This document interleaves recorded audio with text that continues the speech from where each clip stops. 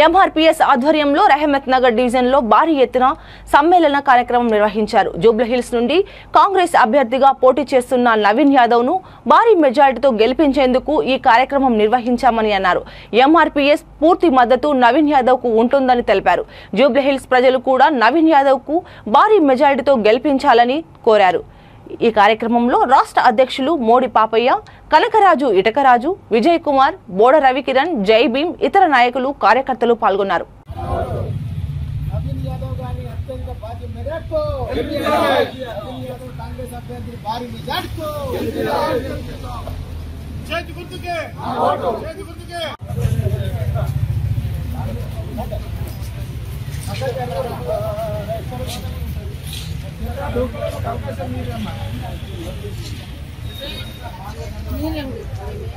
Okay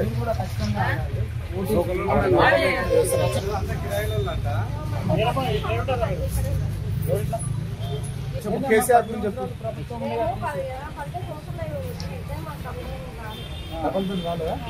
ఇప్పుడు ఏమన్నా అవకాశం పెట్టారా? మరి మన ప్రజాపాలన 6 గంటలు పెట్టుకున్నావమ్మా. ఇందులో అప్లికేషన్ పెట్టుకున్నావా? ఈ ఎలక్షన్ అయిపోయినప్పుడు వస్తాయమ్మా. ఓటేయండి. నవీన్ యాదవ్ లోకల్ ఓటు ఖచ్చితంగా పేద ప్రజల కోసమే పనిచేసే వ్యక్తి, ఆయనకైతే ఓటేయండి.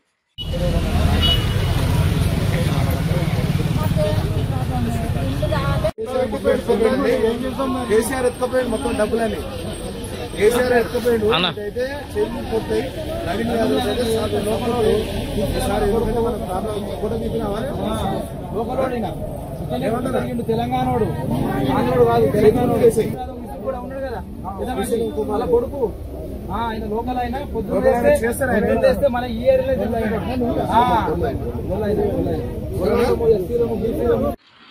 ప్రచారంలో భాగంగా జూబ్లీహిల్స్ జరుగుతున్నటువంటి ఉప ఎన్నికలలో ఈరోజు రహమత్ నగర్ డివిజన్ లో జరుగుతున్నటువంటి బస్తీ పర్యటన మాదిగ దండోర ఉద్యమకారులతో పాటు బస్తీ ప్రజలందరినీ కూడా మమేకం చేస్తూ మాదిగల ఐక్యత ఈరోజు ప్రతి బస్సులో ఉన్నటువంటి మాదిగలందరూ కూడా చేతి గుర్తుకు ఓటేయాలని చెప్పి బలమైన ఒక ఆకాంక్షతో ప్రచారం జరుపుతా ఉన్నాం.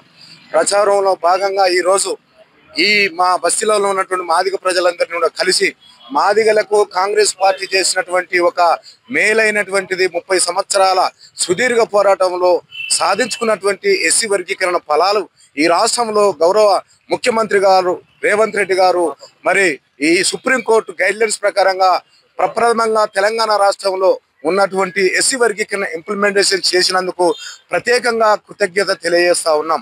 అందులో భాగంగా ఈరోజు ఒక యువకుడు నవీన్ యాదవ్ గారు చాలా అద్భుతమైనటువంటి జూబ్లీహిల్స్ లో ఉన్నటువంటి ప్రతి పల్లె ప్రతి బస్సుకి వెళ్ళి అమ్మా మీరు ఎవరికి వేస్తున్నారు ఓటు అంటే మేము నవీన్ యాదవ్కి వేస్తున్నాం, చేతి గుర్తుకు ఓటేస్తున్నాం అని చెప్పేసి ప్రజలు బ్రహ్మరథం పడుతున్నటువంటి పరిస్థితి చూస్తూ ఉన్నాం.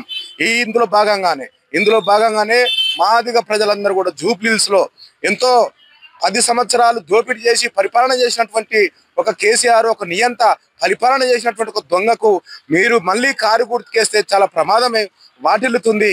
కారు గుర్తుకు ఓటేస్తే చాలా విపరీతమైనటువంటి వినాశనం జరుగుతుంది. మరి పతికొచ్చినోడు బంజరేల్స్ అన్నటువంటి కేసీఆర్, అట్లాగే అసలోడు అడ్డగుట్టలో అన్నాడు అని కేసీఆర్ 10 సంవత్సరాలు పరిపాలన చేస్తే బతుకొచ్చినటువంటి వాళ్ళ మధ్య దోస్తాన్ చేసిన కానీ అసలైనటువంటి అడ్డగుట్ట మాదిగ ప్రజల దగ్గరికి పోలేకపోయిండు. అట్లాంటి దుర్మార్గుడు ఈ రోజు కారు గుర్తుకు ఓటేయాలని చెప్పి మళ్ళా సిగ్గు లజ్జ లేకుండా తిరిగేసి మళ్ళీ మభ్య పెడతా ఉన్నాడు. ఈ జూబ్లీహిల్స్ లో ఒక మోసపూర్తమైనటువంటి ప్రచారం కారు గుర్తుకు సంబంధించిన వాళ్ళు చేస్తా ఉన్నారు. ఇక్కడ మాదిగ ప్రజలతో పాటు బీసీ ప్రజలతో పాటు అగ్రకులాల్లో ఉన్నటువంటి పేద ప్రజలతో పాటు అందరూ కూడా గమనించాలి. అసలు సిసలైనటువంటి ప్రజల కోసమే ప్రాణం తప్పించినటువంటి వ్యక్తులు మరి చిన్న శ్రీశైలం గారి కుమారుడైనటువంటి నవీన్ యాదవ్ గారికి అత్యధిక మెజార్టీతోని బలమైనటువంటి మన ఓటు వేసి గెలిపించుకోవాల్సిన అవసరం ఎంతైనా ఉందని చెప్పి మాదిగలు ఉపకులాలు అనేక ప్రజలందరికీ కూడా విజ్ఞప్తి చేస్తా ఉన్నాం. అందులో భాగంగానే రేపు ఈ రహమత్ నగర్ డివిజన్ లో మధ్యాహ్నం ఒక మీటింగు 1000 మందితో బలమైనటువంటి ప్రదర్శన జరుగుతూ ఉంది. అట్లాగే బోరబండలో కూడా బలమైనటువంటి సాయంత్రం బలమైనటువంటి ఒక బహిరంగ సభ జరుగుతూ ఉంది. దానికి గౌరవనీయులు మరి లక్ష్మణ్ కుమార్ గారు మరి సోషల్ వెల్ఫేర్ సాంఘిక సంక్షేమ మంత్రి గారు మరి లక్ష్మణ్ కుమార్ గారితో పాటు క్యాండిడేట్ కూడా నవీన్ యాదవ్ గారు కూడా ఖచ్చితంగా హాజరవుతా ఉన్నారు.